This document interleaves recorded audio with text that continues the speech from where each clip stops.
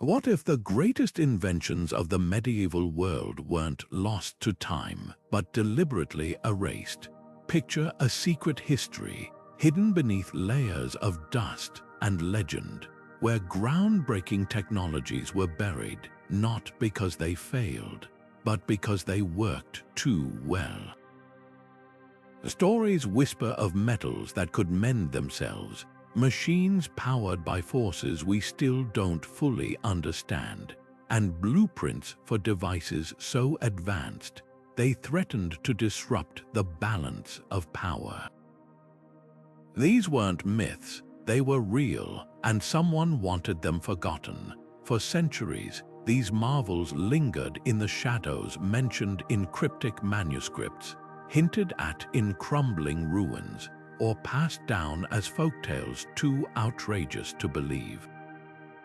But now, cutting-edge archaeology and rediscovered texts are pulling them back into the light.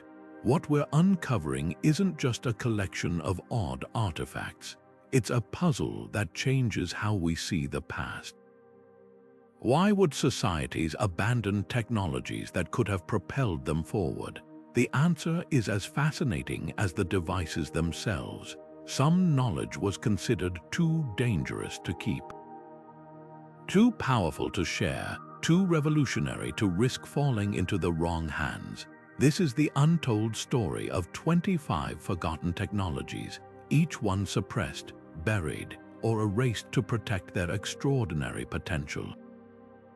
From self-regenerating materials described in alchemists' notes to energy systems that defied the limits of their time, these innovations weren't just ahead of their era, they were leaps beyond it. As we piece together their secrets, we'll explore why they vanished, who might have silenced them, and what their rediscovery means for us today. You're about to witness a side of history that textbooks never covered, where genius and secrecy collided to shape the world in ways we're only beginning to grasp. The past is far more mysterious and far more advanced than you ever imagined. Let's begin. The Damascus steel blade wasn't just a weapon. It was a masterpiece of medieval engineering, forged with a precision that defied its time. These swords could bend without breaking, hold an edge so sharp it seemed supernatural, and even displayed a mesmerizing watery pattern along their surface, like metal frozen mid-ripple. But what made them truly extraordinary was their nanostructure, a microscopic arrangement of carbon nanotubes and carbide filaments that modern science only identified centuries later.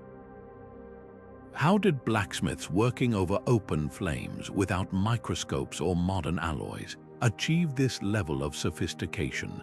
The answer may lie in a closely guarded recipe, one that vanished as abruptly as the swords themselves. Historical accounts describe a unique type of steel ingot known as woots, imported from India and Sri Lanka, which held the key to Damascus steel's unmatched strength. The smelting process involved secret additives, possibly trace elements like vanadium or rare plant extracts, that altered the metal's molecular structure during cooling. But by the 18th century, the technique disappeared. Some blame the collapse of trade routes, while others whisper of deliberate suppression. Imagine a world where every soldier wielded a blade. This advanced kingdoms would have scrambled to control or destroy the knowledge to maintain their dominance. Even today, attempts to recreate Damascus steel fall short. Modern metallurgists can mimic the surface patterns, but the original blades had a flexibility and resilience that our technology struggles to match. X-rays reveal a crystalline architecture so refined, it's as if the metal healed its own imperfections during forging. Were medieval smiths accidental nanotechnologists, or did they inherit secrets from even older civilizations? The absence of detailed records suggests more than mere forgetfulness. It hints at a deliberate erasure. Whoever held this knowledge last may have buried it not out of ignorance, but because they understood its power all too well. What's chilling is how thoroughly the method vanished. No apprentices passed it down, no manuscripts survived intact. Only the swords remain, scattered across museums, their silent blades still sharper than they have any right to be. If we ever uncover the truth, it could rewrite not just the history of metallurgy, but our understanding of how far medieval science truly reached and why someone worked so hard to make us forget. Greek fire wasn't just a weapon, it was a psychological terror, a liquid nightmare that defied the natural order. Imagine being a sailor in the 7th century, watching in horror as flames clung to the waves, spreading across the water toward your ship, unstoppable and inescapable.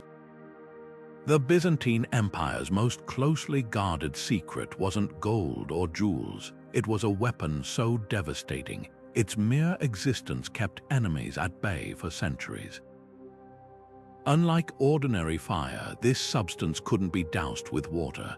In fact, it burned fiercer when wet, as if mocking the very element meant to destroy it. The recipe was so heavily protected that even now, over 1,000 years later, we still don't know exactly how it was made. Historical accounts describe a thick, sticky liquid, likely petroleum-based, mixed with unknown additives, possibly quicklime, sulfur, or even resin, that gave it its otherworldly properties. Emperors entrusted the formula only to a handful of loyal chemists and military commanders, with strict orders to destroy any records if Constantinople ever fell. This wasn't just secrecy, it was a calculated act of self-preservation. The Byzantines understood that if their enemies ever replicated Greek fire, their greatest advantage would become their downfall. What's most fascinating isn't just the fire itself, but the lengths taken to erase it from history.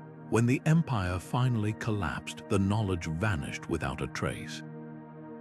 No surviving manuscripts detail its creation. No rogue alchemist leaked the ingredients.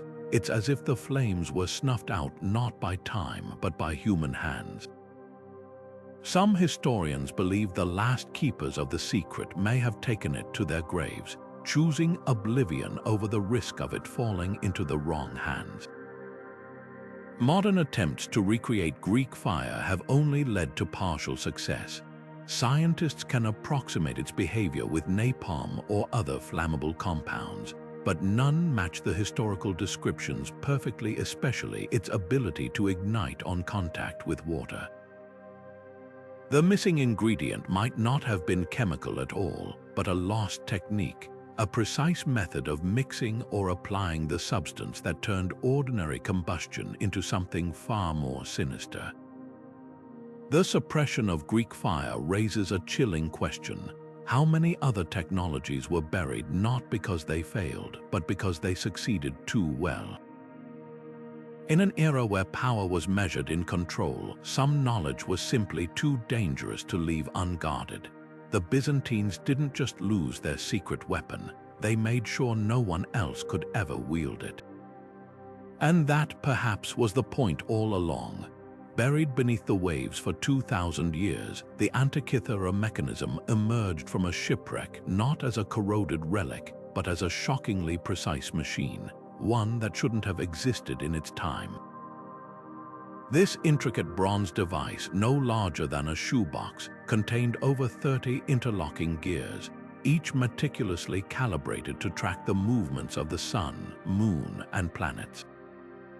It could predict eclipses years in advance, chart the timing of Olympic Games, and even model the irregular orbit of the moon, a feat of engineering so advanced nothing comparable would appear again until the mechanical clocks of the 14th century. How could ancient Greeks, without modern tools or mathematics, craft something this sophisticated? The answer may lie not in what survived, but in what was deliberately lost. Fragments of texts from the era hint that the Antikythera mechanism wasn't unique. Cicero himself wrote of a similar device built by Archimedes, describing a globe that mirrored the heavens with a single turn of the hand. Yet almost no other examples have been found. The scarcity suggests these machines weren't just rare, they were actively restricted. In a world where knowledge of celestial events meant power dictating agricultural cycles, religious ceremonies, and even military campaigns, controlling such technology would have been a state secret. Elite priests and rulers likely hoarded these devices, using their predictions to reinforce their authority as divinely chosen. The moment that knowledge spread, their advantage would vanish. What's most haunting about the Antikythera mechanism isn't its complexity, but the silence surrounding it. For centuries after its creation, the very idea of geared machinery seems to disappear from history. No workshop manuals survive, no apprentices carried the tradition forward. It's as if the knowledge was suppressed or perhaps destroyed during the collapse of the ancient world's great libraries. Modern researchers needed X-ray tomography just to begin deciphering its inner workings, proof of how thoroughly the techniques were erased. Today, reconstructions of the device astound engineers with its compact brilliance. The gears employ a differential mechanism, a concept once thought invented in the 16th century. Its dials account for celestial irregularities with near-modern precision. Yet the original creators left no blueprints, no treatises, only this single, salvaged artifact, as if the sea itself preserved a secret the land was meant to forget.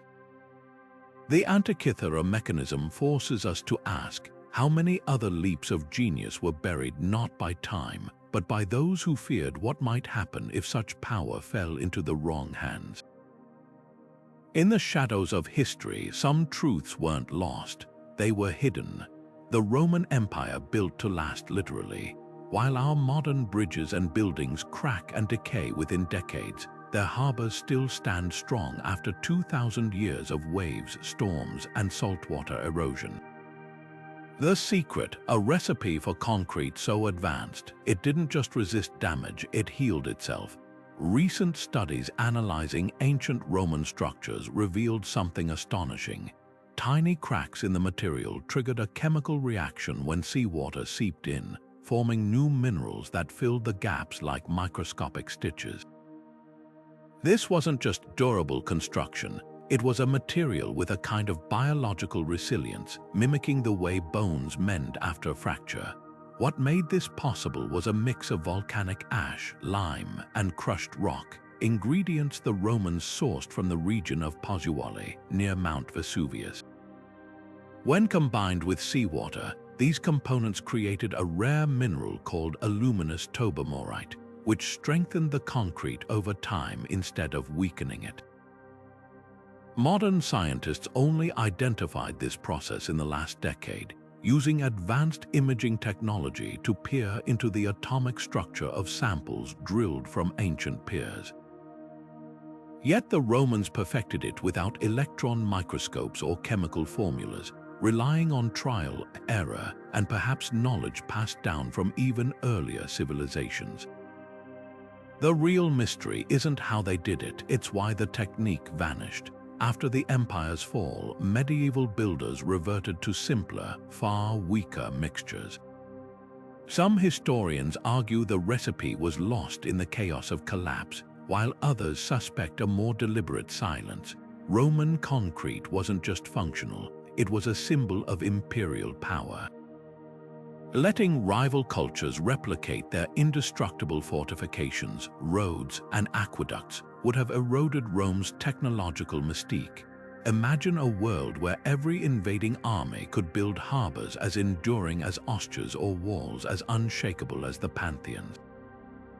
The empire's decline may have buried the knowledge not by accident but by design. Today, engineers are racing to reverse engineer this forgotten technology.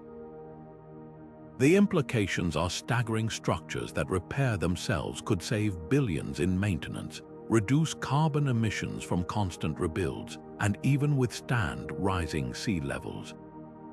Yet even our best attempts still can't match the Roman formula perfectly. Missing from modern recreations is the precise ratio of volcanic ash, the unique mineral composition of ancient seawater, or perhaps an overlooked ingredient like animal blood or plant extracts, once added by long-dead builders. The full truth might still lie buried in the ruins of a crumbled empire, waiting to be rediscovered. What's haunting is how close we came to never knowing this was possible. Without those surviving harbors, silent witnesses to a lost science, we might have dismissed Roman concrete as mere legend. Its survival hints at a darker possibility, that other self-healing materials, even more advanced, might have vanished completely, leaving no trace behind. The past didn't just lose this technology, it hid it from us, and now, 2 millennia later, we're finally starting to understand what they knew all along. The Vikings crossed the North Atlantic in open longships without compasses, charts, or even a visible horizon, yet they rarely strayed off course. How? Norse sagas speak of a mysterious tool called the Solstein, or Sunstone, a crystal that could reveal the sun's position even through dense fog or storm clouds. For centuries, historians dismissed these accounts as myth until researchers tested a transparent mineral found in Viking graves, Iceland spar. When held to the sky, this calcite crystal polarizes sunlight, creating a telltale double image that aligns with the sun's hidden position. One modern experiment proved it could pinpoint the sun's location with 95% accuracy, even when completely obscured. This wasn't magic, it was physics the Vikings understood intuitively, centuries before scientists explained polarization. But why did such a brilliant navigation aid vanish? Compasses reached Europe by the 13th century, yet sunstones appear to have fallen out of use long before. The answer might lie in Viking trade strategy. Their mastery of the northern seas relied on secrecy, keeping rivals from tracing their routes to rich markets like Constantinople or the British Isles. A compass could be replicated by any culture, but a sunstone required specific minerals and training to interpret. By guarding the knowledge, Viking navigators maintained their edge long after their raids ended. Some sagas even warn of navigators deliberately misleading outsiders about their methods, spreading false tales to protect their advantage. What's remarkable is how precise the technology was. Modern sailors testing Iceland spar found it worked best at dawn and dusk, exactly when Viking sagas describe its use. The crystals likely complemented other techniques, like reading wave patterns or bird behavior, creating a navigation system as sophisticated as any modern instrument panel. Yet almost no intact sunstones survive today. Were they lost to time or deliberately destroyed to keep their power exclusive? The few recovered fragments show signs of careful shaping, suggesting they weren't just random rocks but crafted tools honed by generations of seafarers. Today, archaeologists hunt for more sunstones in Viking ship burials, hoping to uncover the full scope of their use. The discovery of one such crystal aboard a 16th century English shipwreck hints the knowledge lingered longer than records show, passed down in secrecy among elite navigators. It's a stark reminder that some technologies disappear not because they're obsolete, but because their value lies in being kept hidden. The Vikings didn't just conquer the seas, they outsmarted history itself, leaving behind clues so subtle we're only now learning to read them. In a quiet corner of the Baghdad Museum sits a cluster of unassuming clay jars, each no larger than a fist, yet holding a secret that rewrites our understanding of ancient innovation. Discovered in the ruins of a 2,000-year-old Mesopotamian village, these artifacts contain copper cylinders, iron rods, and traces of acidic residue. When reconstructed, they form a primitive battery capable of generating a small but measurable electric current. The so-called Baghdad Battery shouldn't exist. It predates the modern discovery of electricity by nearly 2 millennia, forcing us to ask, did ancient civilizations harness power we thought belonged only to the modern age? The mechanics are startlingly simple yet effective. Fill the jar with vinegar or grape juice, both common acidic liquids in the ancient world. Insert the iron rod wrapped in copper, and a chemical reaction occurs. Tests show these cells could produce around 1 volt of electricity, enough to electroplate jewelry or create mild shocks for medical or religious purposes. Archaeologists have unearthed similar devices across the region, often near temples or workshops, hinting at widespread use. But if this knowledge was so common, why does history remember figures like Volta and Faraday as pioneers of electrical science? The gap suggests more than accidental forgetting. It points to deliberate interruption. One theory ties the batteries to the rise and fall of empires. The Parthian and Sasanian cultures that likely built them were renowned for their metalwork, particularly gilded objects. Electroplating would explain the intricate gold layers found on artifacts from the period, a technique requiring precise control of electric current. But when these empires collapsed, their techniques might have been lost or suppressed by conquerors who saw such technology as a threat. Imagine a world where electrical knowledge spread unchecked. Early light sources, basic medical devices, or even communication tools could have emerged centuries ahead of schedule. That kind of disruption would have been dangerous to rulers relying on traditional power structures. Skeptics argue the jars were merely storage containers, their battery function accidental. Yet the design is too specific to dismiss. The copper and iron components show signs of corrosion consistent with acidic exposure, and the jar's sealed construction would have been unnecessary for simple storage. Even more telling, no written records mention their use. In an era where scribes documented everything from tax records to temple rituals, the absence of any reference to these devices feels intentional. Were they taboo, reserved for priestly castes, or was their potential so destabilizing that mentioning them was forbidden? Modern experiments prove the batteries worked, but recreating their full purpose remains elusive. Some researchers suggest they powered early versions of the electric eel fish traps described in obscure texts, while others propose they were used in temple rituals to produce eerie glows or sensations. The most chilling possibility is that they were part of a larger, lost system, fragments of a technology we've only begun to recognize. If even a handful of these batteries were linked in series, they could have generated enough voltage for more complex applications. What if these jars weren't the pinnacle of ancient electrical engineering, but the crude remnants of something far more advanced? The Baghdad Battery's greatest lesson isn't just that ancient people understood electricity, it's that their knowledge might have been actively erased. Civilizations rise and fall, but technologies this practical don't vanish without a reason. Someone, somewhere, decided this power was too dangerous to keep. And that decision might have delayed human progress by 1,000 years.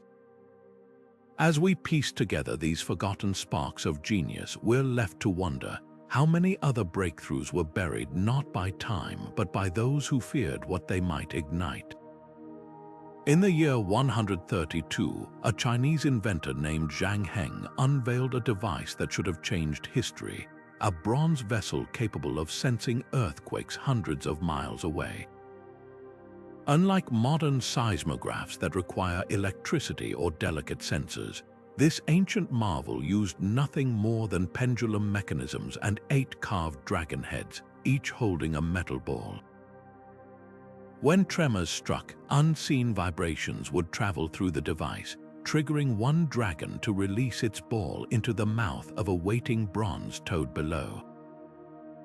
The direction of the fallen ball revealed the quake's epicenter with eerie accuracy. Historical records describe it detecting an earthquake so distant, imperial messengers arriving days later confirmed the destruction while the capital had felt nothing at all. What fascinates scientists today isn't just the detector's existence, but the precision of its lost engineering. Modern recreations suggest it relied on an inverted pendulum system, a concept still used in seismology. The bronze vessel likely amplified subtle ground movements through resonance, allowing it to sense waves imperceptible to humans, yet no detailed schematics survive. The original was lost during the Han Dynasty's collapse, and later attempts to rebuild it never matched its reported sensitivity. This wasn't just forgotten technology, it was knowledge actively filtered through the sieve of power. The Seismoscope's disappearance hints at a darker truth. In imperial China, predicting disasters wasn't just science, it was political currency. Emperors relied on the mandate of heaven, the belief that natural calamities signaled divine disapproval of their rule. A device that could foresee earthquakes would have been a double-edged sword. In the right hands, it allowed rulers to prepare relief efforts, bolstering their legitimacy. But in rivals' hands, it could predict or even fabricate omens to justify rebellion. No wonder later dynasties suppressed the technology, ensuring only the imperial court held the keys to anticipating upheaval. The most haunting question isn't how Zhang Heng's device worked, but how much further the science could have progressed. 2,000 years ago, China had the foundations for an early warning system that might have saved countless lives. Instead, the knowledge fractured, relegated to cryptic poems and passing mentions in court records. Even the replicas we build today are educated guesses, missing some crucial insight the original craftsmen understood. Perhaps the true secret wasn't in the bronze or the balls, but in a forgotten calibration technique, a way of tuning the vessel to the Earth's whispers. What's clear is that this wasn't just a tool, it was a statement. A civilization advanced enough to measure the planet's tremors, yet constrained by the very power structures it sought to serve. The seismoscope's fate reminds us that some technologies vanish not because they fail, but because they succeed too well. And in the wrong era, that kind of power is far too dangerous to leave unchecked. The Voinich Manuscript doesn't just defy translation, it mocks it, filled with looping, alien script and illustrations of plants that don't exist, floating women bathing in emerald green tubes, and astrological diagrams that match no known system. This 200-page book has resisted every codebreaker, linguist, and AI algorithm thrown at it for over 6 centuries.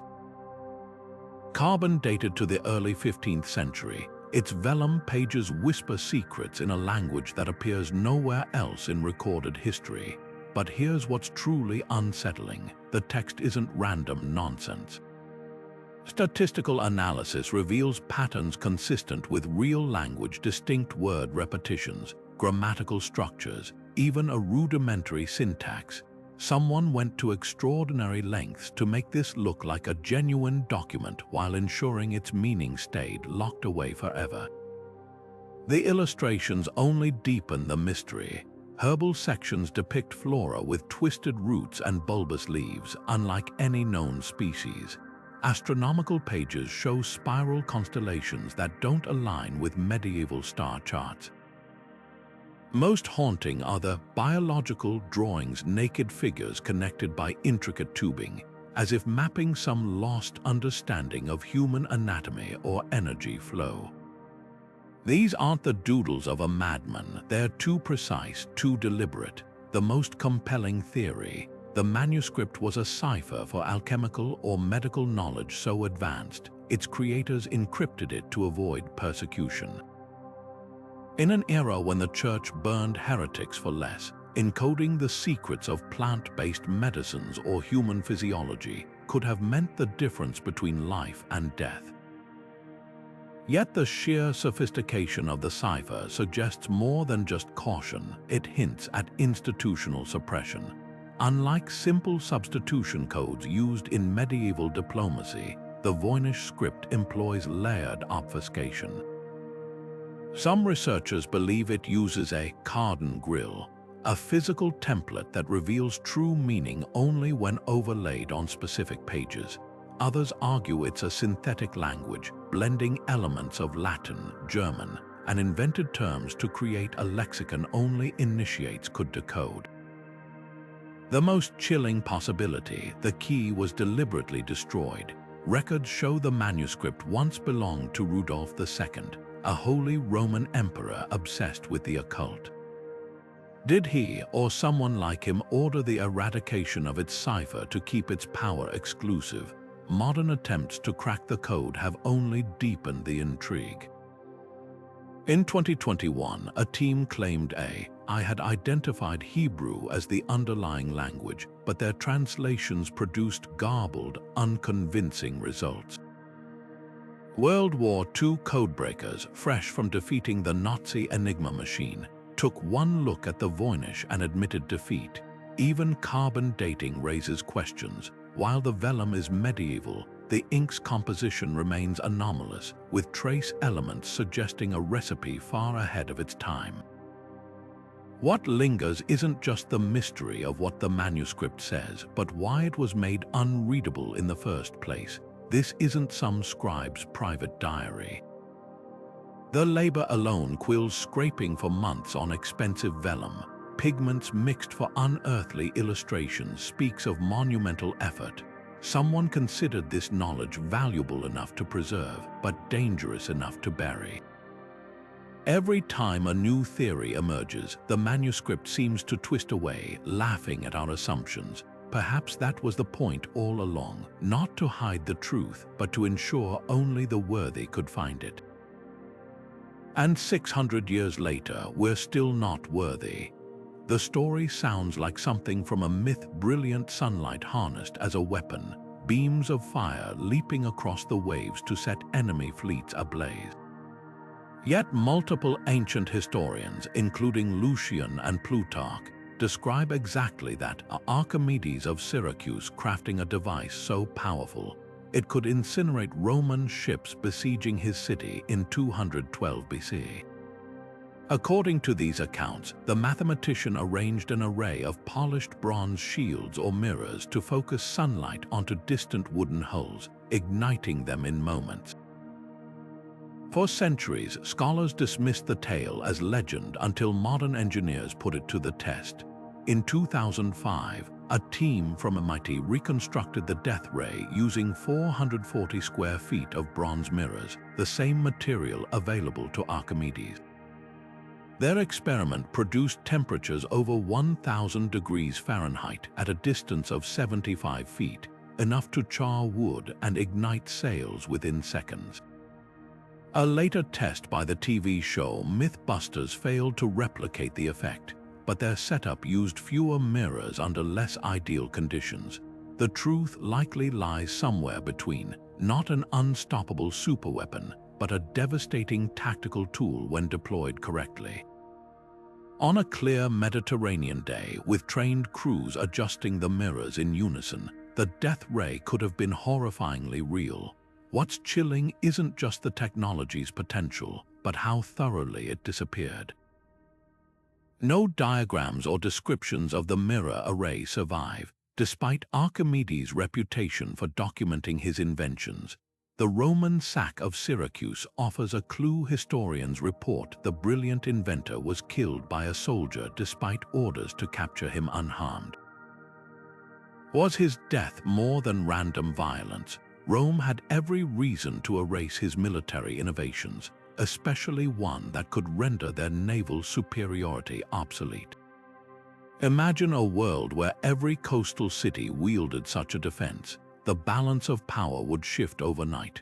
The Death Ray's fate reflects a pattern we've seen again and again. Technologies buried not because they failed, but because they threatened the established order. Archimedes' other war machines, giant claws to capsize ships, improved catapults were copied and improved by the Romans, but the one weapon that harnessed nature itself, requiring no physical ammunition or manpower, vanished without a trace. Perhaps it demanded skills too specialized to pass on, or maybe the Romans systematically destroyed every prototype. Either way, its suppression speaks volumes. Today, we're left with a tantalizing question. Was this the first recorded use of directed energy in warfare?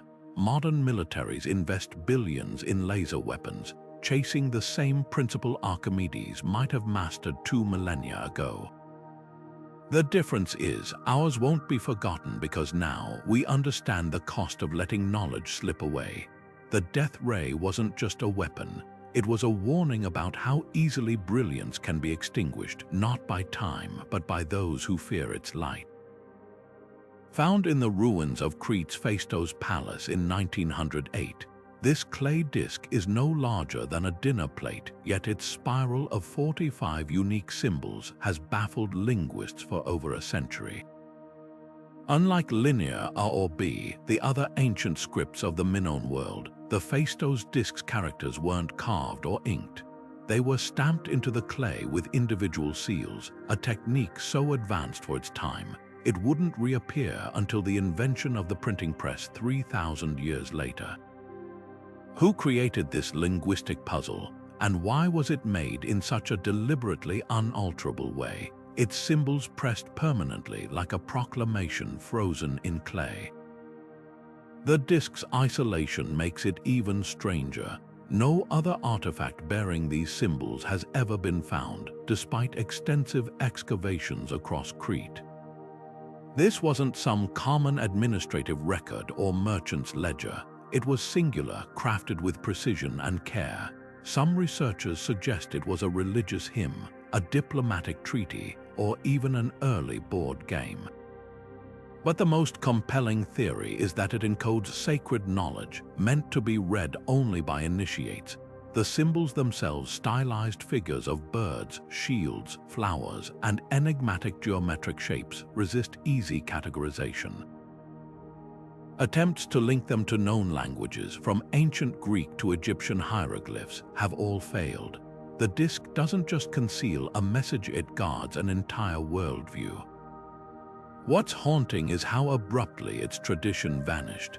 The palace where it was found collapsed around 1400 BCE, likely due to volcanic eruption or invasion. Yet even among the ruins of other Minoan sites, no similar discs appear. This wasn't accidental loss, it was systematic erasure. Imagine a ruling class so determined to suppress a rival culture's knowledge that they destroyed every trace of its written language. The Phaistos disc might be the lone survivor of that purge, buried beneath rubble until modern hands unearthed it. Modern technology has only deepened the mystery.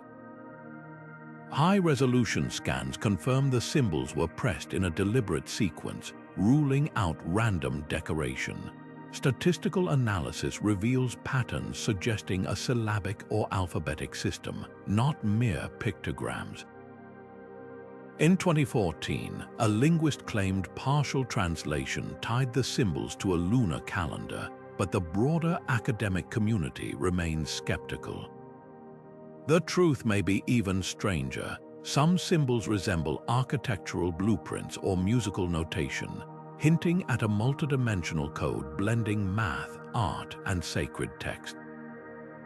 Perhaps the disc's greatest lesson isn't about language at all, but about power. Writing has always been a tool of control. Those who dictate what's recorded shape history itself. The Phaistos disc's unreadability is a stark reminder of how thoroughly a culture's voice can be silenced. Its symbols stare back at us like a locked door, whispering that some truths were never meant to be recovered. And yet, the very fact it exists at all suggests a defiant act of preservation. One last plea from the past to remember what someone tried so hard to erase.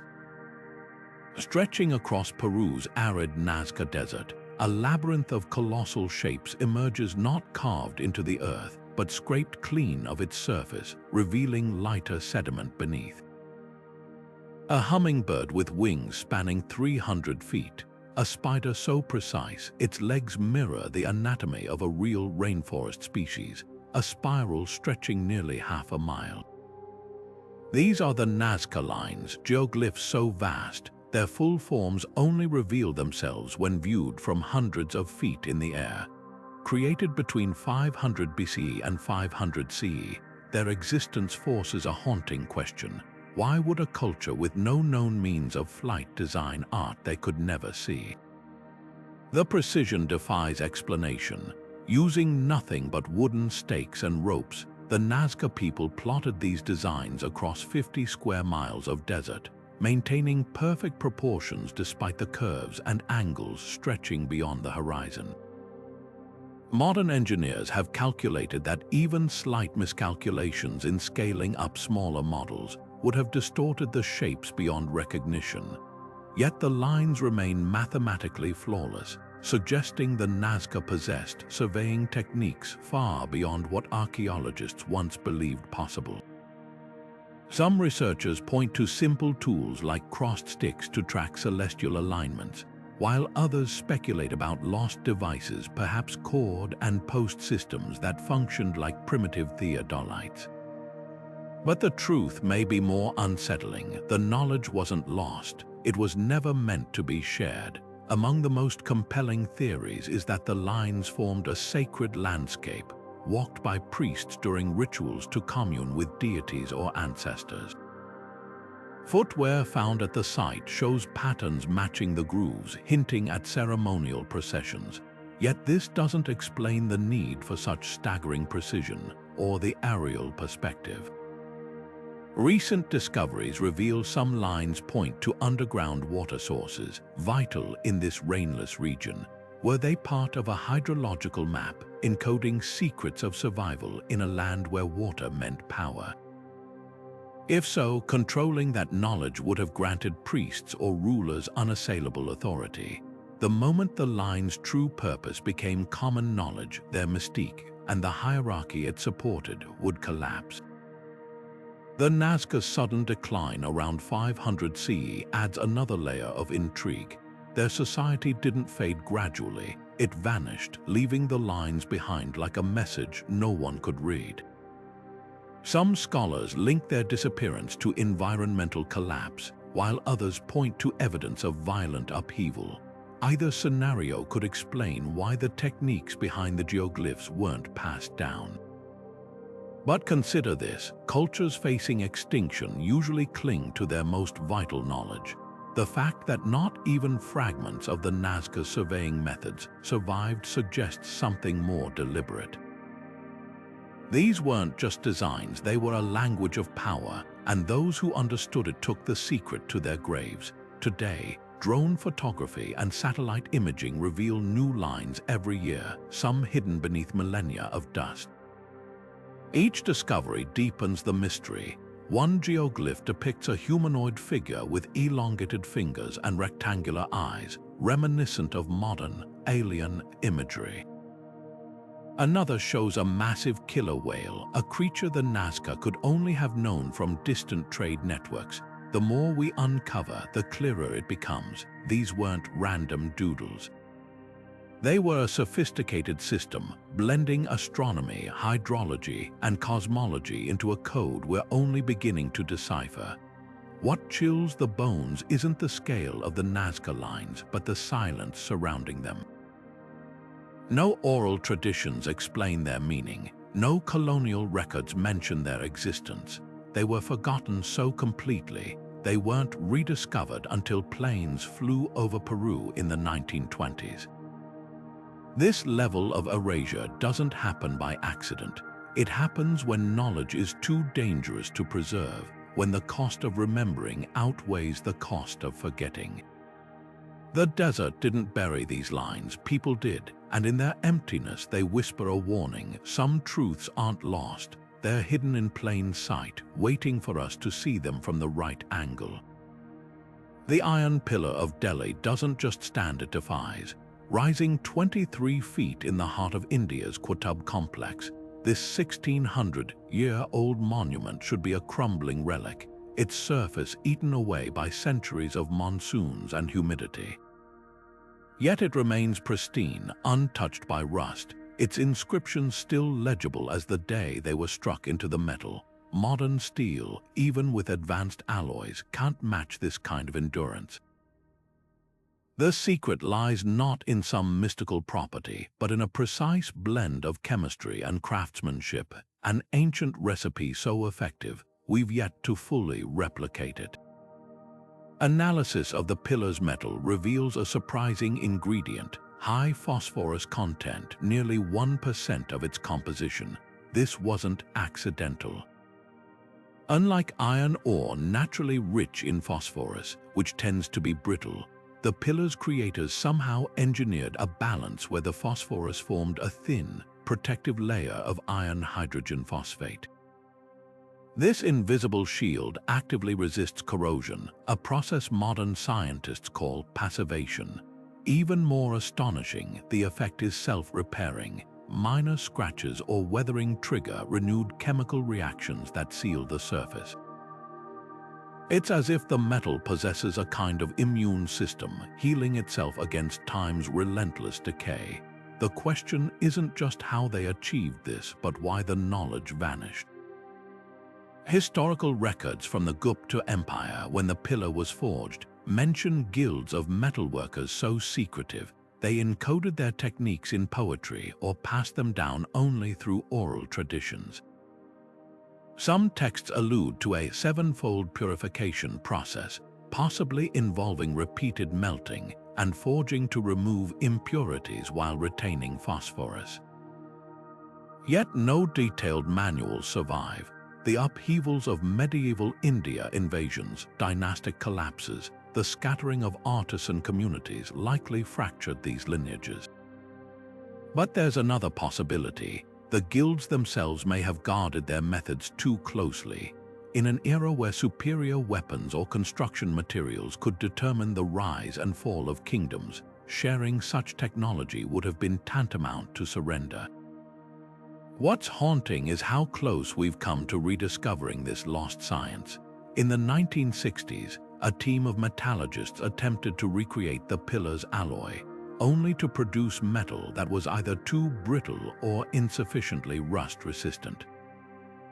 The missing factor might not be the ingredients, but the process, the exact temperatures, the timing of quenching, or even the type of furnace used. Some researchers speculate the original craftsmen employed a technique called forge welding, layering purified iron with phosphorus-rich material in a specific sequence. Others point to the pillar's unusual shape, tapered, with a carefully designed top, as a clue that its form somehow enhances its durability. Today, the pillar stands as both a marvel and a taunt. Tourists rub their hands against its smooth surface, leaving fingerprints that vanish within days as the self-healing metal erases all traces. Scientists continue to study it, hoping to unlock secrets that could revolutionize everything from bridge construction to spacecraft design. But the deeper lesson isn't just about metallurgy, it's about fragility. The same civilizations that built monuments to last millennia often failed to preserve the knowledge behind them. The pillar's endurance is a fluke, a lone survivor of a craft that might have propelled human progress centuries earlier had it not been buried by war, secrecy, or sheer indifference. In the shadow of this rust-proof wonder, we're left to wonder how many other breakthroughs were swallowed by history's silence. The pillar doesn't just resist corrosion, it resists our understanding, standing as a silent witness to all the truths we've forgotten and all the ones we might never recover. One of the most astonishing artifacts to survive from ancient Rome isn't a weapon or a tool, it's a delicate glass cup that seems to hold magic within its curves. The Lycurgus cup, crafted sometime in the 4th century, appears jade green under normal light but transforms into a fiery ruby red when illuminated from behind.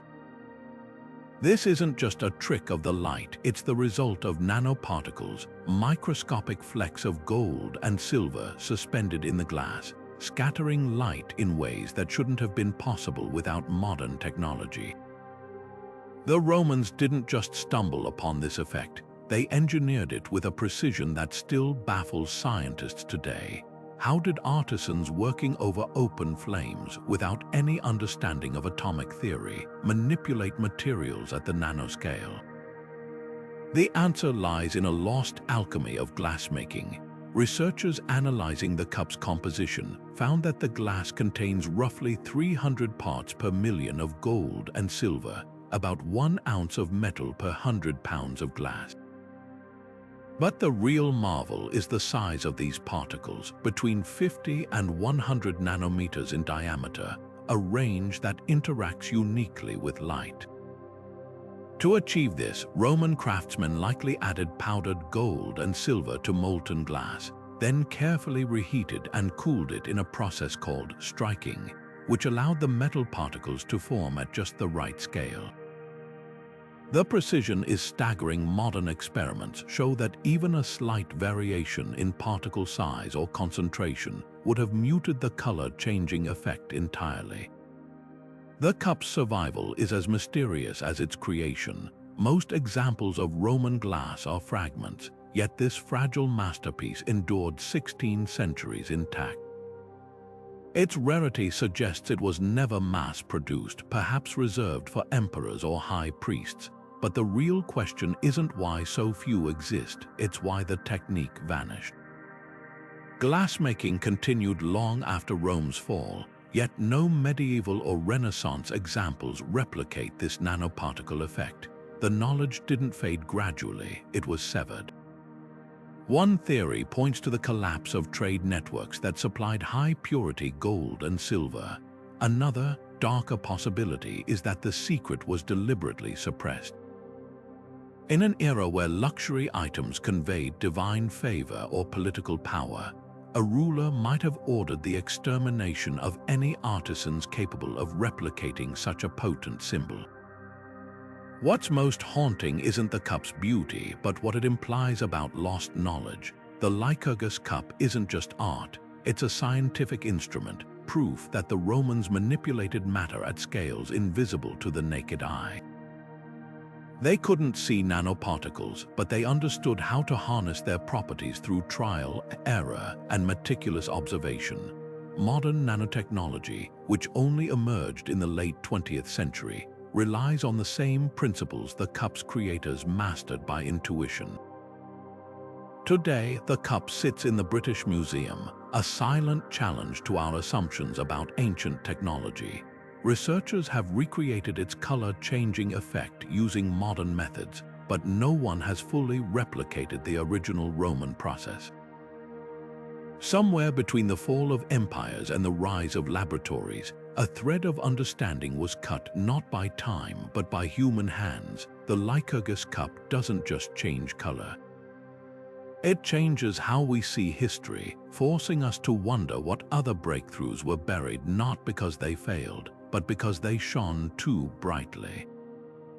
The Great Pyramid at Giza has stood for over 4,000 years, yet it refuses to surrender all its secrets. Recent scans using muon tomography, a technique that detects density changes in stone, have revealed hidden voids deep within its structure, spaces no human has entered since the pyramid was sealed. One chamber, dubbed the Big Void, stretches nearly 100 feet above the Grand Gallery, its purpose completely unknown. These aren't accidental gaps in construction. They're deliberate, meticulously designed features of a building so precise, its base aligns with true north within a fraction of a degree. What were the ancient Egyptians concealing within these sealed spaces? The answer might rewrite our understanding of their technological capabilities. Some researchers propose these chambers served as resonance chambers, amplifying specific sound frequencies for ritual or practical purposes. Experiments show the pyramid's internal passages enhance certain vibrations, particularly in the infrasound range, frequencies below human hearing that can induce trance-like states. The king's chamber, with its granite sarcophagus, acts as a perfect waveguide for these vibrations. Could the hidden voids be part of a larger acoustic system, designed to channel energy we're only beginning to comprehend?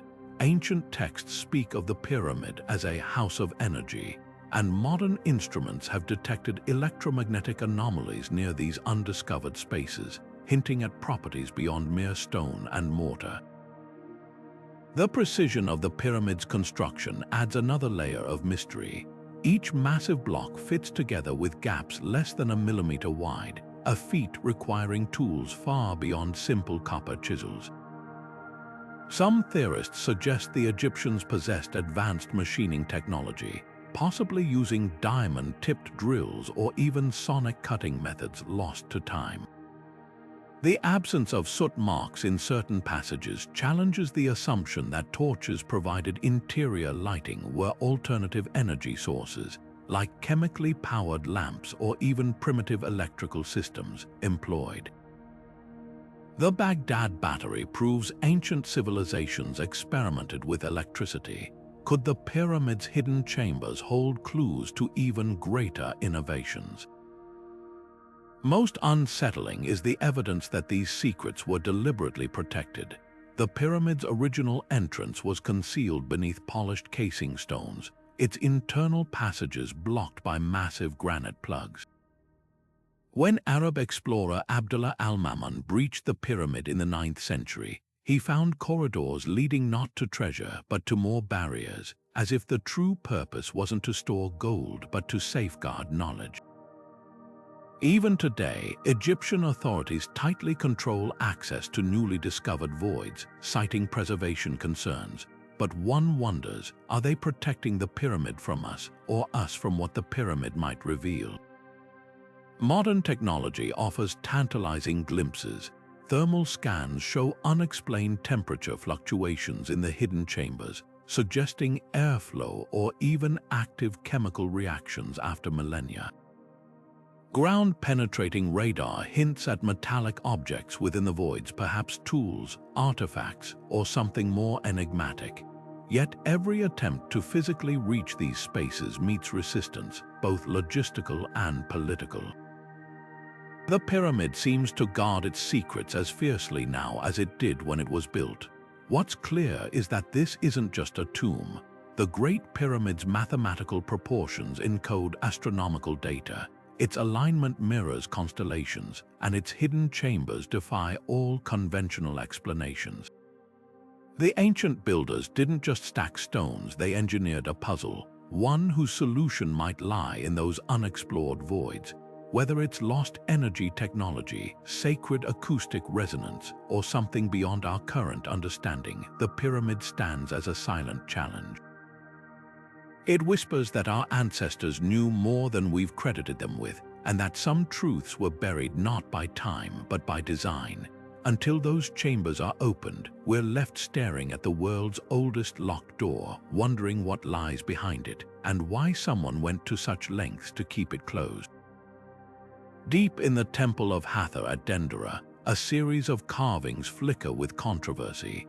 One in particular stops visitors in their tracks, a stone relief showing what looks unmistakably like a giant light bulb, complete with a snaking cable and a filament resembling a writhing serpent. Orthodox Egyptologists insist it's a symbolic depiction of a lotus flower emerging from the primordial waters, or perhaps an illustration of the sun god's journey through the underworld. But look closer, the bulb sits atop a pillar-like base connected to what appears to be an insulated wire held by a priestly figure. The resemblance to early Crookes tubes, the precursor to modern electric lights, is unsettlingly precise. What if this wasn't just religious iconography but technical documentation? Proponents of the lost technology theory point to the Baghdad Battery as proof that ancient civilizations experimented with electricity. The Dendera carving, they argue, shows the next logical step, not just generating power but harnessing it for illumination. The filament resembles the twisted form of an electric arc, while the cable bears a striking similarity to braided copper wires found in other ancient sites. Even the surrounding figures seem to recoil from the device, as if warning against its dangerous power. Mainstream archaeology dismisses these claims, citing the absence of physical evidence: no bulbs, no generators, no switchgear. But consider this: Egyptian temples were centers of both spiritual and scientific knowledge. their inner sanctums accessible only to the elite priesthood. If a technology this revolutionary existed, its components would have been tightly controlled, its operation a closely guarded secret.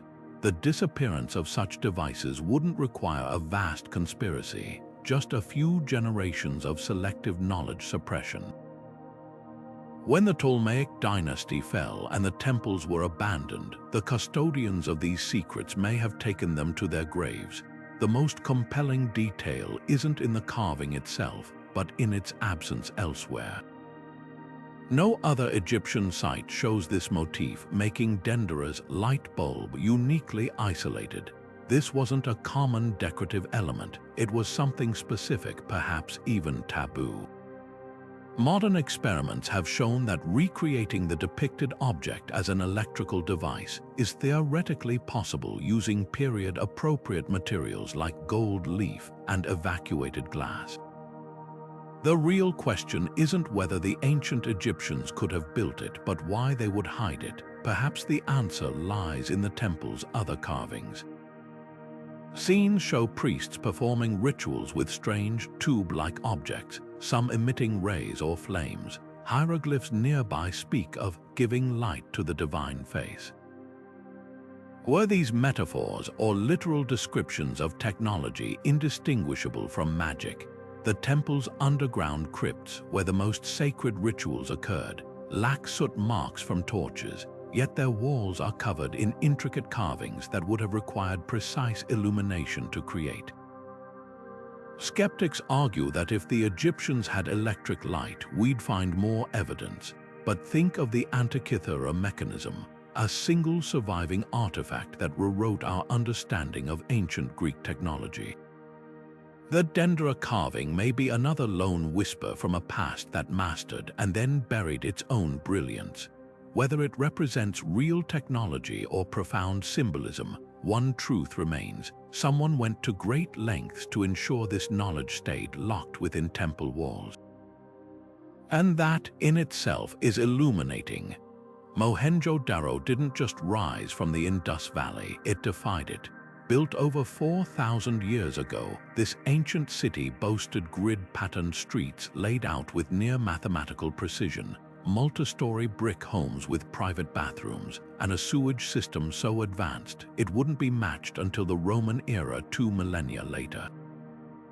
Every brick from the foundations to the rooftops adhered to a standardized ratio 4:2:1, a uniformity that speaks of centralized planning on an industrial scale.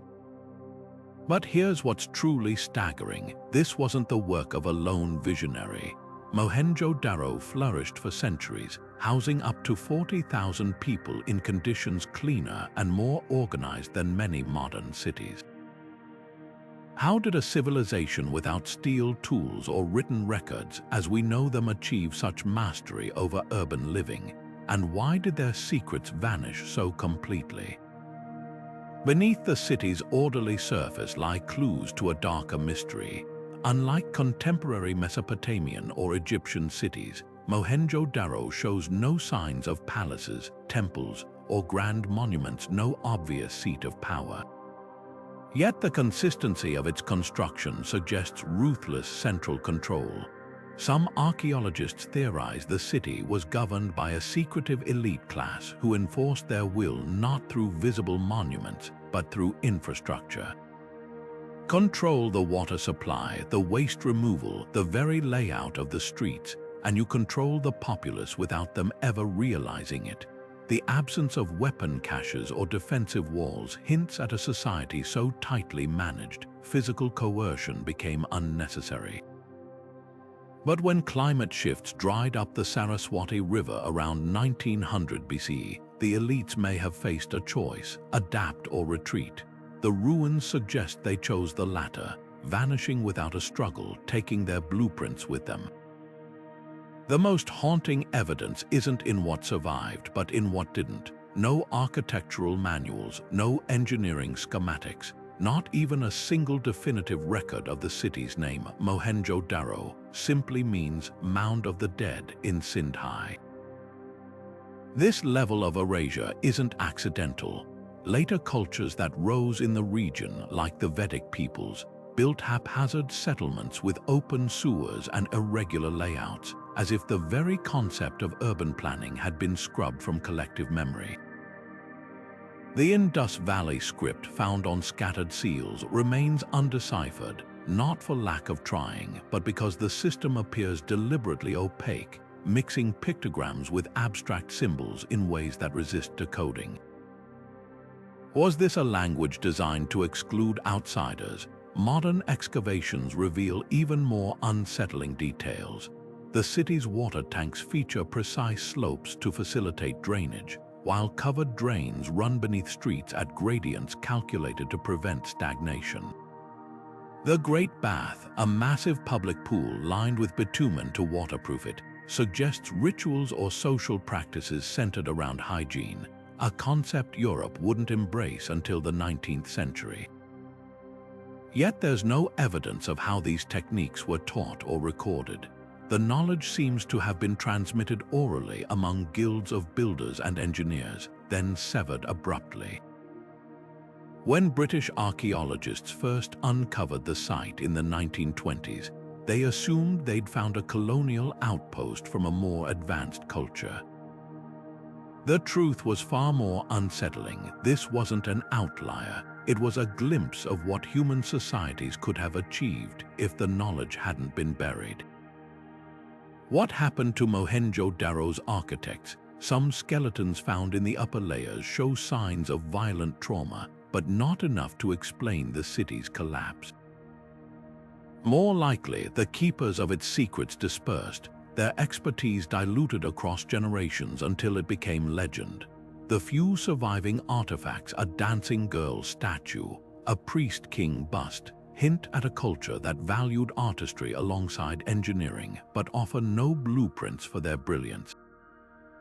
Today, as megacities grapple with overcrowding and crumbling infrastructure, Mohenjo-Daro stands as a silent rebuke. We're still chasing the standards they set 4,000 years ago, proving that progress isn't inevitable sometimes, it's just waiting to be rediscovered. The haunting melodies of a Stradivarius violin don't just resonate, they seem to breathe, as if the wood itself holds a living voice. Crafted in the small Italian workshop of Antonio Stradivari during the late 17th and early 18th centuries, these instruments produce a richness and clarity of tone that modern luthiers, armed with advanced tools and centuries of scientific progress, still can't duplicate. Musicians describe the experience as otherworldly. The notes soar with a brilliance and depth that feels almost supernatural. But what if the secret wasn't just craftsmanship, but a lost alchemy of materials and methods so precise their disappearance wasn't an accident, but a deliberate act of silence? Theories about Stradivari's techniques read like a detective's notebook. Some researchers point to the wood itself harvested during a period known as the Little Ice Age, when slower tree growth created denser, more resonant timber. Others focus on the mysterious varnish, a complex blend of resins, oils, and possibly even crushed insect wings, which may have subtly altered the instrument's vibrational properties over time. But the most compelling clue lies in the chemical treatments Stradivari allegedly used. Recent studies detected traces of aluminum, copper, and other minerals embedded deep within the wood fibers, suggesting the master luthier soaked or treated his materials with solutions that transformed their acoustic behavior. These weren't random experiments, they were calculated refinements passed down through generations of the Stradivari family until they vanished. The disappearance of these techniques is as puzzling as their effects. Antonio Stradivari lived to his 90s, training his sons in the craft. Yet by the time the last Stradivarius left the workshop in the mid-18th century, the family's secrets seemed to evaporate. No detailed recipes survive, no apprentices carried the knowledge forward. The few surviving workshop notes contain cryptic symbols and shorthand, as if written in code. Was this mere happenstance or a deliberate effort to ensure no rival could replicate their work? Consider the context. Stradivari's patrons included kings and aristocrats who paid sums equivalent to a palace for his instruments. In an era where craftsmanship equaled power, guarding trade secrets wasn't just prudent, it was survival. Modern attempts to reverse engineer a Stradivarius have only deepened the mystery. Scientists have subjected the violins to CT scans, spectrographic analysis, and even artificial aging processes, yet the magic eludes replication. One team recreated the exact dimensions and materials, only to produce an instrument that sounded ordinary. The missing factor might not be tangible at all. Some historians suggest Stradivari's true genius lay in his ability to listen to the wood, adjusting each instrument based on subtle harmonic feedback, a skill honed over decades, impossible to document fully. Others propose that the varnish's chemical reactions with human touch over centuries created an irreproducible patina of sound. What's chilling is how absolute the silence became. Unlike other lost technologies, where fragments of knowledge linger in manuscripts or oral traditions, the Stradivari methods were erased so thoroughly, it's as if they never existed. Even the family's descendants, who continued making instruments, never matched Antonio's mastery. Today, the few hundred surviving Stradivarius violins are treated like relics, played by elite musicians under strict conditions, their tones preserved in recordings like echoes of a forgotten science. Each time one sings, it's a reminder some forms of brilliance aren't just lost. They're kept hidden, locked away not by time, but by the hands that once perfected them. The Stradivarius doesn't just defy imitation, it dares us to wonder how much beauty has been buried, simply because the world wasn't ready to hear it. The Inca Empire stretched across mountains and jungles without a single wheel or written word, or so the Spanish conquistadors believed. What they dismissed as primitive knot-keeping was actually one of history's most sophisticated data storage systems, the quipu. These intricate arrays of colored chords, some with hundreds of dangling strings, weren't just accounting tools. Recent studies reveal they encoded everything from tax records to astronomical cycles, possibly even epic poems and laws.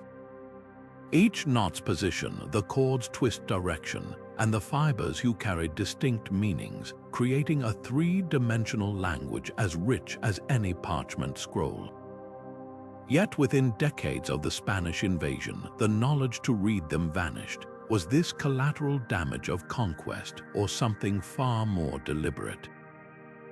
Deciphering quipus today feels like cracking a code without a cipher.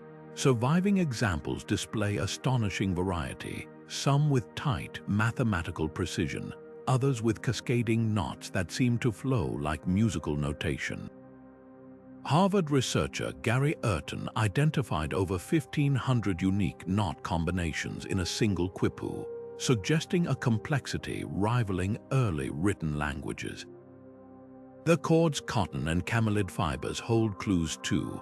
Dyes derived from rare plants or minerals might have signaled categories or urgency, turning each quipu into a tactile infographic.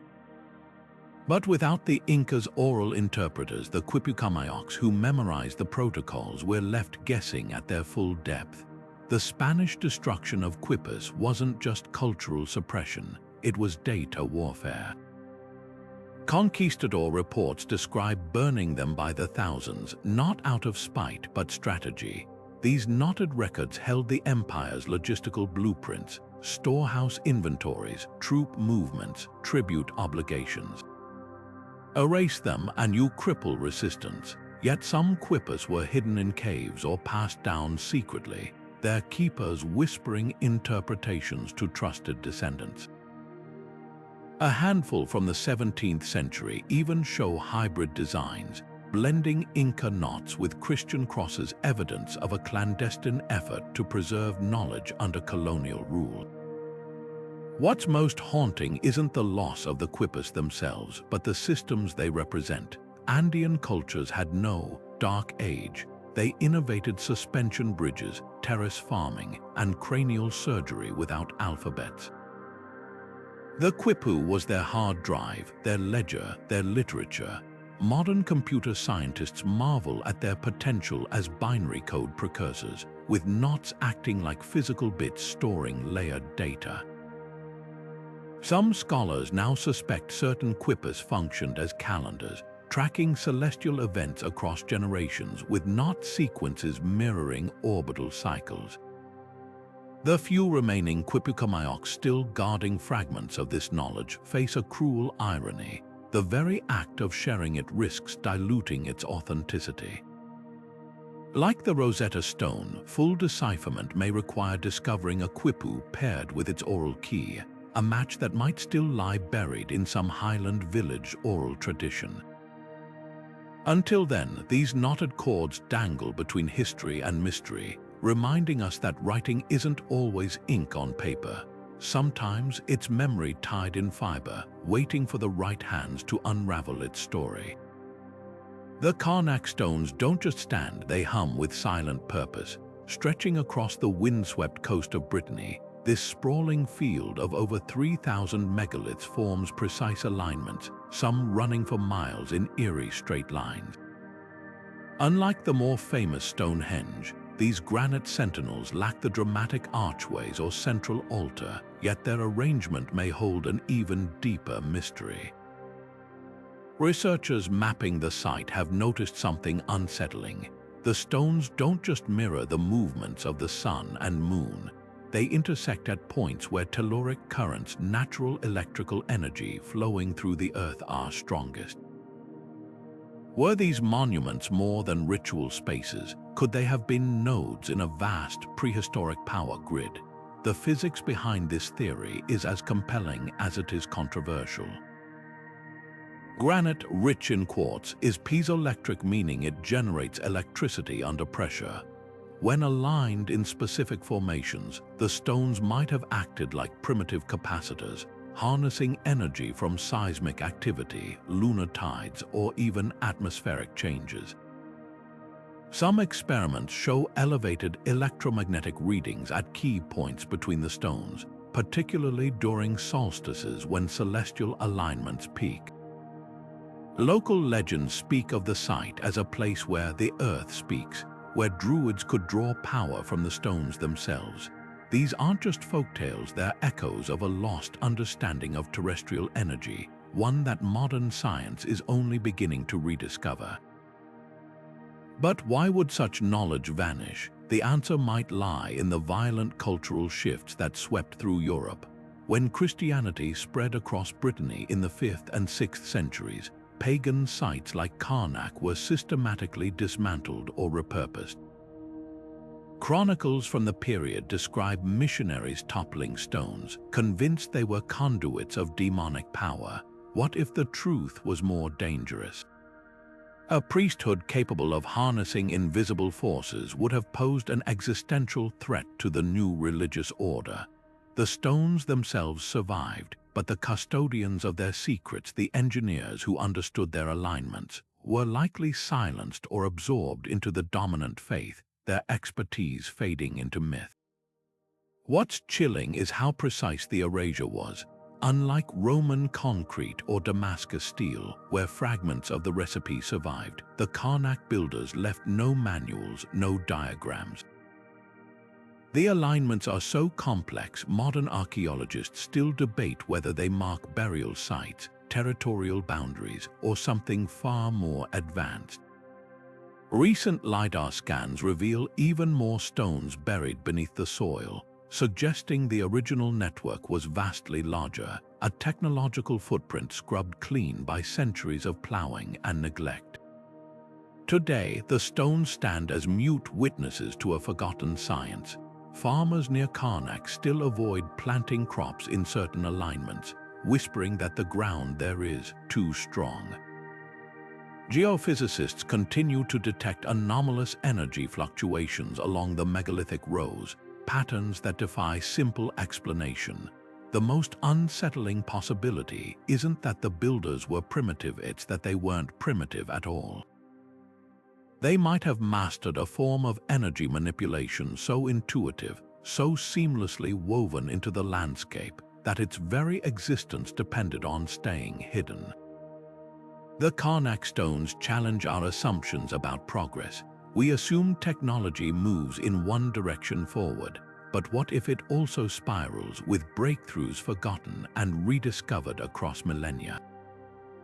These granite sentinels aren't just relics, they're a warning etched in stone. Some truths aren't lost, they're waiting, pulsing quietly beneath the soil for the right moment to be heard again.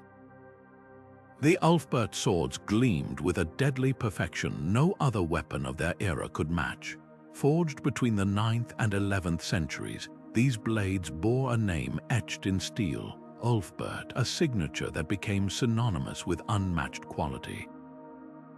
What set them apart wasn't just craftsmanship, but chemistry. Metallurgical analysis reveals something astonishing. The steel contained nearly 3 times less slag than typical Viking swords, with a carbon content rivaling modern high-grade alloys. This wasn't just superior iron, it was crucible steel, a material so pure, historians long believed it impossible to produce in Europe until the Industrial Revolution. The mystery deepens when you consider the sword's origins. Crucible steel of this quality was thought to exist only in the Islamic world or India, where artisans mastered the art of heating iron with precise additives in sealed clay vessels. Yet Ulfbert blades appear across Scandinavia and Eastern Europe, far from any known trade routes to these regions. Some scholars argue the Vikings might have acquired raw ingots through secret networks, smuggling them past rival kingdoms. Others propose an even more radical idea. Norse smiths could have reverse engineered the technique after encountering Islamic weapons during raids or trading expeditions. A handful of sagas mention foreign masters teaching metalworking secrets. Were these travelers from Damascus or Baghdad, carrying knowledge too valuable to share openly? What's most unsettling is how abruptly the Ulfbert tradition vanished.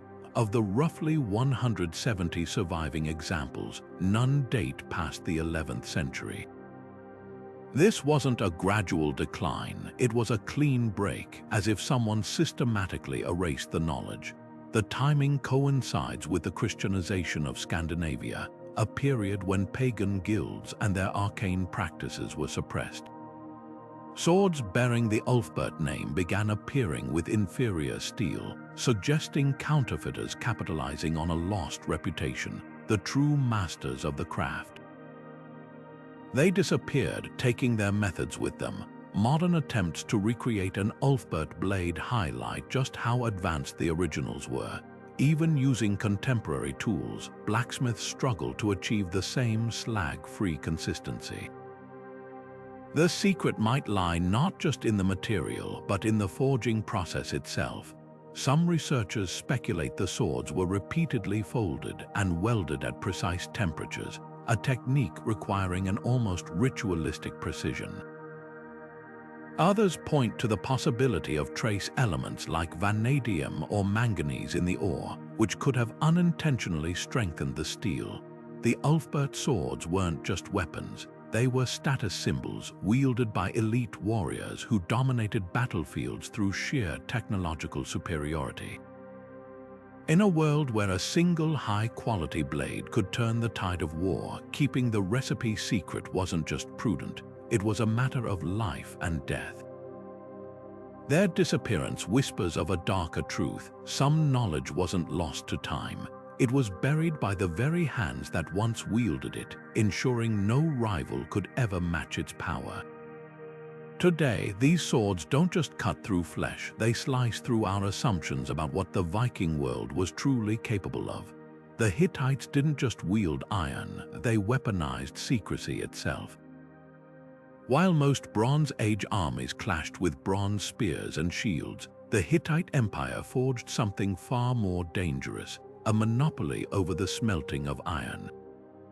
Around 1500 BC, their blacksmiths unlocked a technique to extract and work iron at scale. producing weapons that could slice through bronze like parchment. But this wasn't just an industrial breakthrough, it was a geopolitical gambit. The Hittites guarded their iron production with the same ruthlessness modern nations apply to nuclear secrets, restricting knowledge to a select few artisans and executing suspected spies. Their capital, Hattusa, became a fortress of metallurgical knowledge, its workshops hidden behind layers of royal oversight. For centuries, this control gave them unchallenged military supremacy until their empire crumbled and the secret escaped. What's fascinating isn't just their technological edge, but how deliberately they stifled its spread. Clay tablets from Hittite archives reveal strict trade regulations. Iron ingots were exported only as finished goods, never as raw material. Diplomatic letters show neighboring kings pleading for iron shipments, only to be offered symbolic trinkets instead. One missive to the pharaoh of Egypt boasts of gifting an iron dagger, a treasure so rare it was described as more precious than gold. This wasn't mere economics, it was a calculated strategy to ensure no rival could reverse engineer their methods. The Hittites understood that in the ancient world, technological superiority wasn't just about having better tools, it was about ensuring no one else could replicate them. Yet the empire's collapse around 1200 BC shattered this control. As Hattusa burned, likely to invasions or internal strife, the scattered Hittite smiths became refugees, carrying their knowledge across the Mediterranean. Within decades, ironworking appeared in Cyprus, Greece, and the Levant, sparking the Iron Age. But here's the haunting twist: early post-Hittite iron was inferior, brittle, and prone to shattering. Some historians argue the exiled smiths deliberately withheld key techniques, like carburization, the process of adding carbon to strengthen the metal. Others believe the true secret lay in the Hittites' access to rare, arsenic-rich ores from the Taurus Mountains, a resource that couldn't be replicated elsewhere. Either way, the diffusion of iron technology wasn't a natural progression. It was the messy, violent unraveling of a system designed to suppress it. Modern experiments highlight just how advanced Hittite metallurgy was. Recreations of their furnace designs show they likely achieved temperatures exceeding 1,200 degrees Celsius hotter than most contemporary bronze smelters could manage. Their bellows systems, possibly powered by water wheels, created consistent airflow critical for purifying iron. But the real innovation might have been organizational: centralized state control over mining, smelting, and arms production, an ancient precursor to industrial policy. This wasn't just craftsmanship, it was a system engineered for dominance. The Hittites' rise and fall offer a stark lesson about power and innovation. They didn't just invent a technology, they weaponized its scarcity, proving that controlling knowledge can be as decisive as controlling armies. When their empire fell, that knowledge didn't just spread, it fragmented, leaving behind a puzzle archaeologists are still piecing together. The Iron Age didn't begin with a discovery. It began with a collapse and the desperate flight of those who once held the keys to an empire's power. Their legacy reminds us that every technological revolution has a shadow, the secrets buried to protect it, and the chaos that follows when they're finally set free. The Philosopher's Stone wasn't just a fantasy. It was an obsession that consumed some of the brightest minds of the medieval world. Described in cryptic manuscripts as a crimson powder or radiant crystal, this legendary substance promised two impossible feats: the transmutation of base metals into gold and the gift of eternal life. But beneath the mysticism lies a startling possibility. What if the stone wasn't mere symbolism, but a coded reference to real chemical breakthroughs?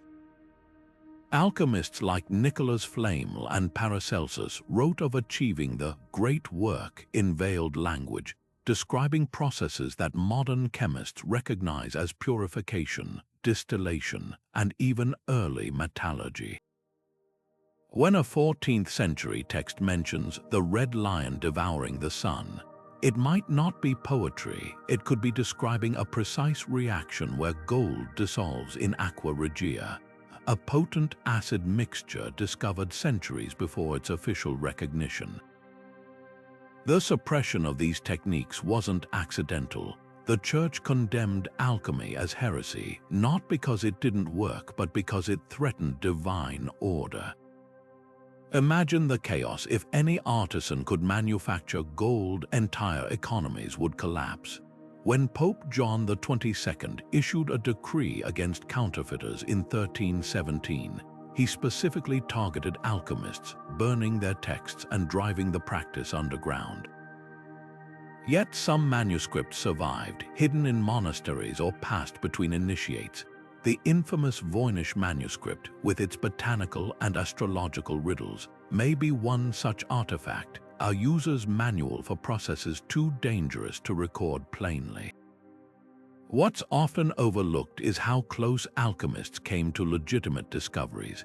Their meticulous notes describe the creation of hydrochloric acid, the isolation of phosphorus, and even early forms of synthetic gems. The elixir of life might have been an early understanding of antioxidants or colloidal gold, substances now known to have medicinal properties. Swiss physician Paracelsus allegedly used a mysterious primum ens to heal the sick, a remedy some scholars believe was an early form of chemotherapy. These weren't just madmen mixing potions, they were pioneers operating on the razor's edge of what their era could comprehend. The stone's enduring legacy isn't in its physical form, but in what it represents: the relentless human drive to unlock nature's secrets. Modern particle accelerators routinely transmute elements, fulfilling the alchemist's dream in ways they couldn't fathom. Lifespan-extending drugs and genetic therapies echo their quest for immortality. The difference is, we no longer hide these discoveries in allegory. Or do we? Corporate patents and classified research have replaced encrypted parchments, proving that the impulse to guard transformative knowledge hasn't faded, it's just taken on new forms. The philosopher's stone wasn't lost. It evolved, reminding us that every era buries its breakthroughs in the language of its time, waiting for future generations to decipher them anew. The flames that consumed the Library of Alexandria didn't just burn parchment, they incinerated millennia of human ingenuity. Founded in the 3rd century BCE, this colossal archive housed an estimated 500,000 scrolls, from treatises on steam-powered engines to blueprints for hydraulic machinery. But the real tragedy wasn't the fire itself, it was the systematic erasure that followed. As the Roman Empire tightened its grip on Egypt, successive purges targeted dangerous knowledge, texts on alchemy, mechanical automata, and even early theories of heliocentrism vanished from the record. The final blow came not from a single catastrophe, but from centuries of calculated neglect. By the time Muslim armies took Alexandria in the 7th century, the library's surviving fragments were already ghosts, their contents whispered about but never seen. Baghdad's House of Wisdom suffered a crueler fate. At its peak in the 9th century, this intellectual powerhouse employed hundreds of scholars, Christians, Jews, Muslims, collaborating to translate and expand upon Greek, Persian, and Indian texts. Their breakthroughs in optics, chemistry, and astronomy laid the groundwork for the Renaissance. But when Mongol forces sacked the city in 1258, survivors recounted rivers of ink staining the Tigris as manuscripts were thrown into the water. The invaders weren't just destroying books, they were dismantling a rival civilization's cognitive architecture.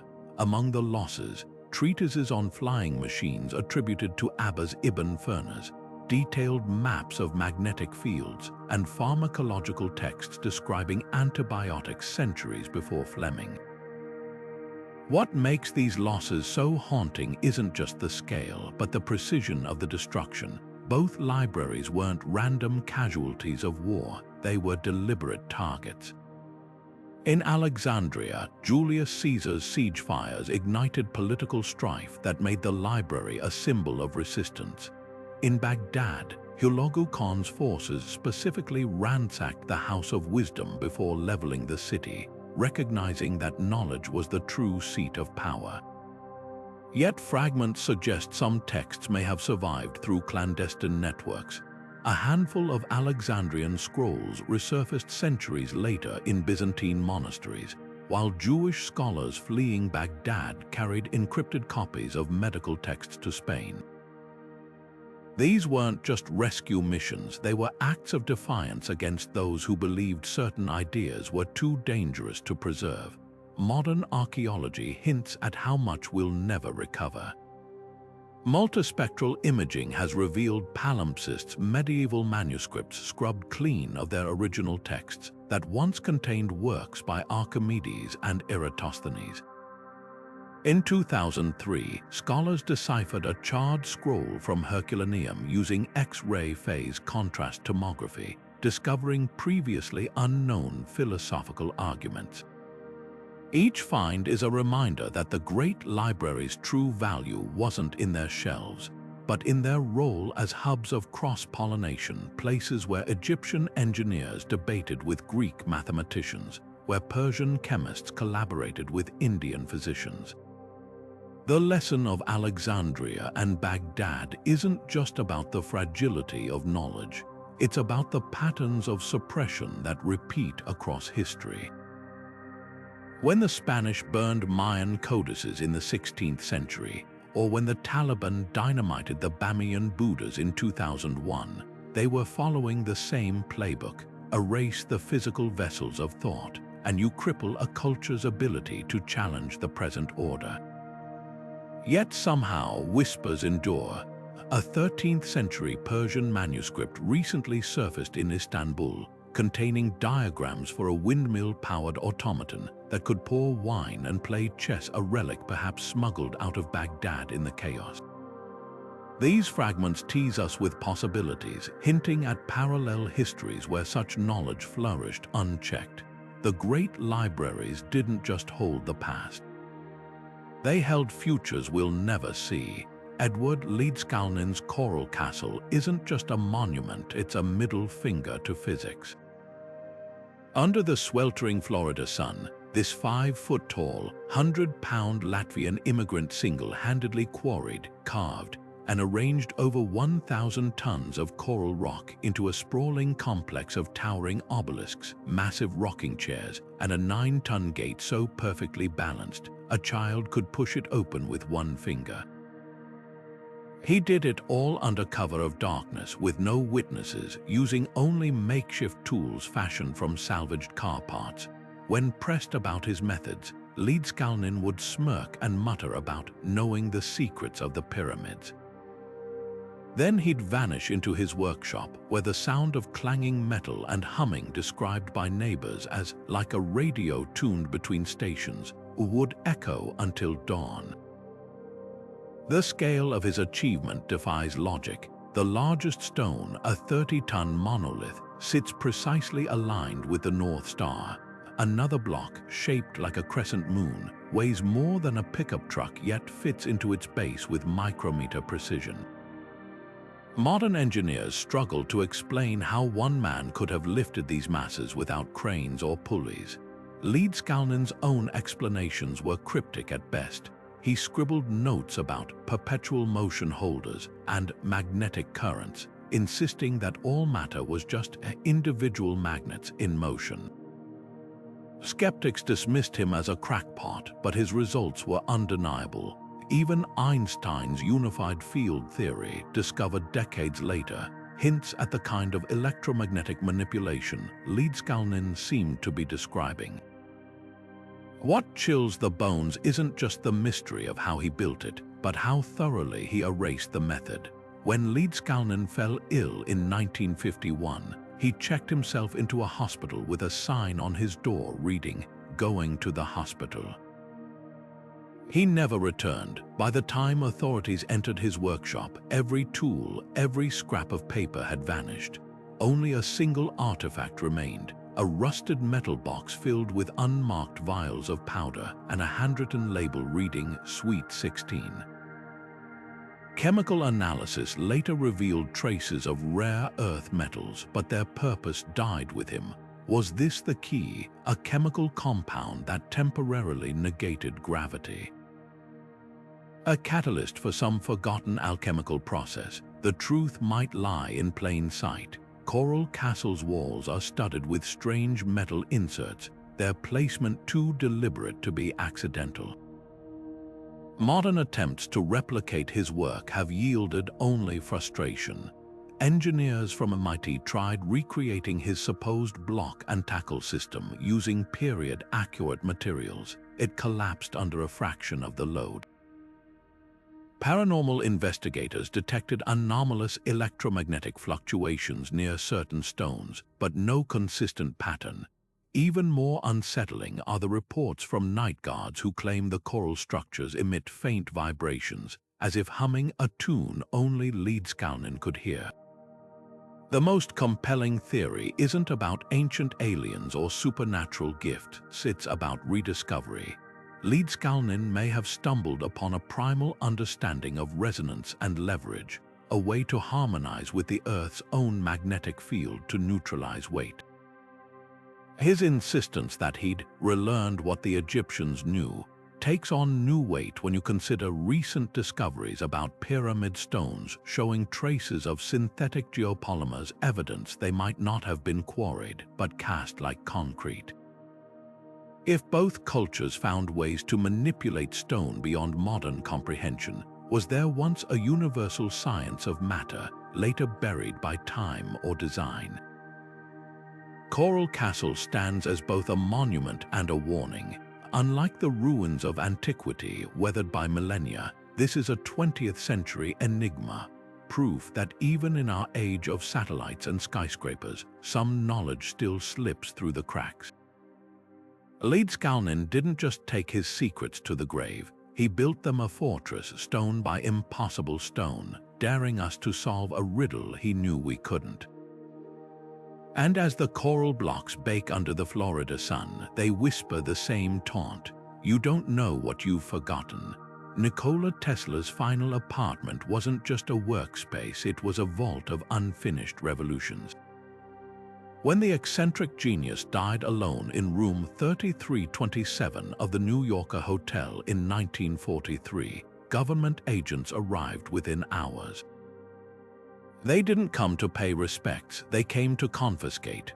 Boxes of notes detailing wireless power transmission, blueprints for a Teleforce particle beam weapon, and cryptic schematics for machines that could split the Earth like an apple, were labeled as national security risks and hauled away.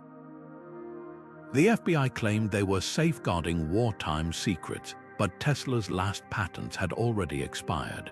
What they were really silencing was a vision too disruptive for the emerging industrial age, one that eerily mirrored technologies we now suspect ancient cultures might have grasped and buried millennia before. Tesla's most radical idea wasn't just wireless electricity, it was a world where energy flowed freely like air. His Wardenclyffe Tower, a 187-foot wooden sentinel on Long Island, wasn't designed for radio broadcasts as historians later claimed. Notes recovered from his seized papers reveal its true purpose, tapping into Earth's own resonant frequencies to transmit power globally without wires. Sound familiar? It's the same principle some researchers speculate the Great Pyramid might have harnessed, with its granite chambers acting as waveguides for acoustic or electromagnetic energy. Both systems point to a forgotten truth, that clean, decentralized power isn't a modern dream, it's a rediscovery. The parallels between Tesla's suppression and ancient lost tech grow stranger when you examine his Death Ray patents. Described as a defensive weapon that could vaporize aircraft from hundreds of miles away, the design relied on charged particle beams, a concept not unlike Archimedes' legendary light-focusing mirrors. Tesla insisted his invention could make war obsolete by rendering armies useless, which might explain why the War Department declared his papers of no significant value, while quietly funneling research into what became the Strategic Defense Initiative decades later. Just as Roman conquerors erased Archimedes' breakthroughs, 20th century powers couldn't risk a tool that democratized destruction. What makes Tesla's story different is the paper trail.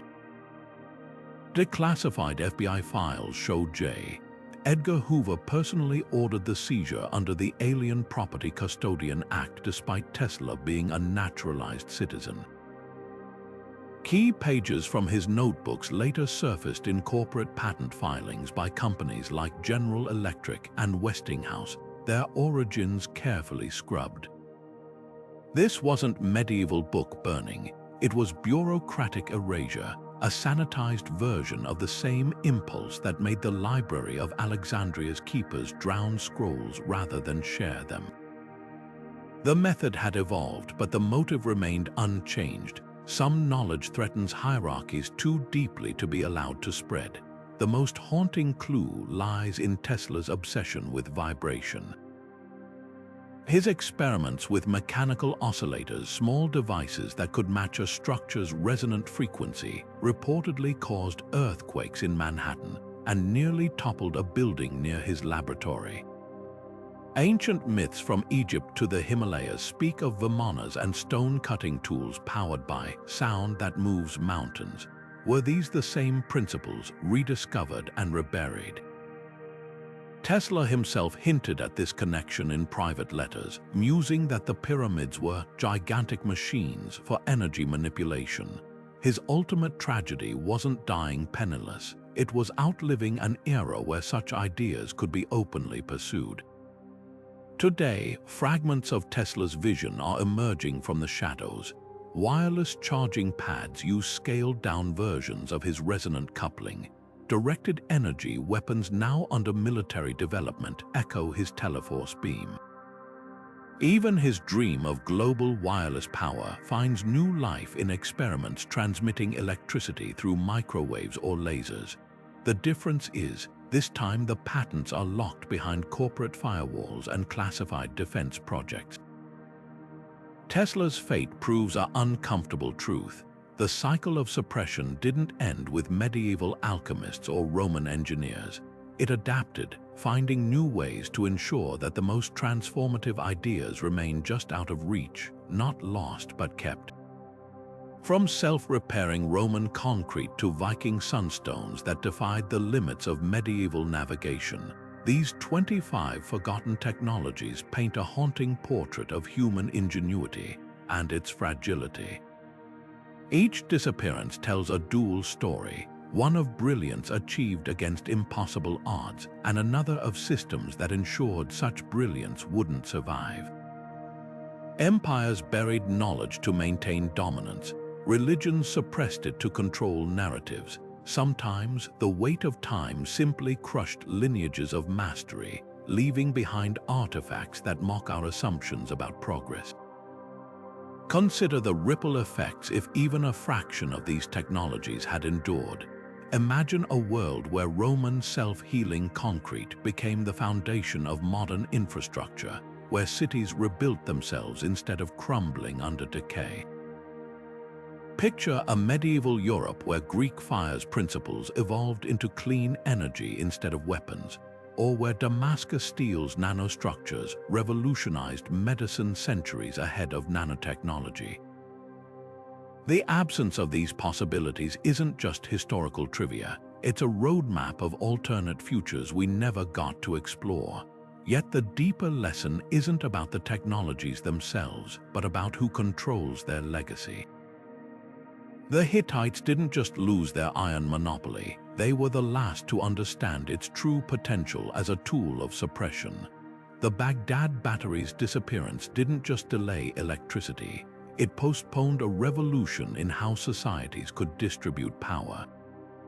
Even the Voinich Manuscript, with its unbreakable cipher, forces us to confront an uncomfortable truth. Some knowledge was never meant to be democratized. Today's rediscoveries offer glimmers of hope. Archaeologists wielding particle accelerators and AI are piecing together fragments we once thought were lost forever. But the shadow remains. Our own era isn't immune to these cycles. Corporate patents lock away life-saving medicines, while governments classify breakthroughs that could redefine energy or agriculture. The pattern hasn't changed, only the methods have. As we stand amid these echoes of forgotten genius, one question lingers: what are we burying now? Which of our advancements will future generations mourn as lost potential? The answer might lie not in labs or vaults, but in the choices we make about what knowledge deserves to endure. The past whispers that progress isn't inevitable, it's a fragile flame, passed hand to hand across the centuries. Somewhere between the ashes of Alexandria and the unopened chambers of the Great Pyramid, there's a warning. Civilizations aren't measured by what they create, but by what they choose to preserve. So which of these lost technologies speaks to you? Is it the eerie precision of the Antikythera Mechanism, or the Vikings Sunstones that turned fog into a navigational aid? Drop your thoughts below, and if you've ever wondered what other secrets history has tucked away, hit subscribe. We're just scratching the surface.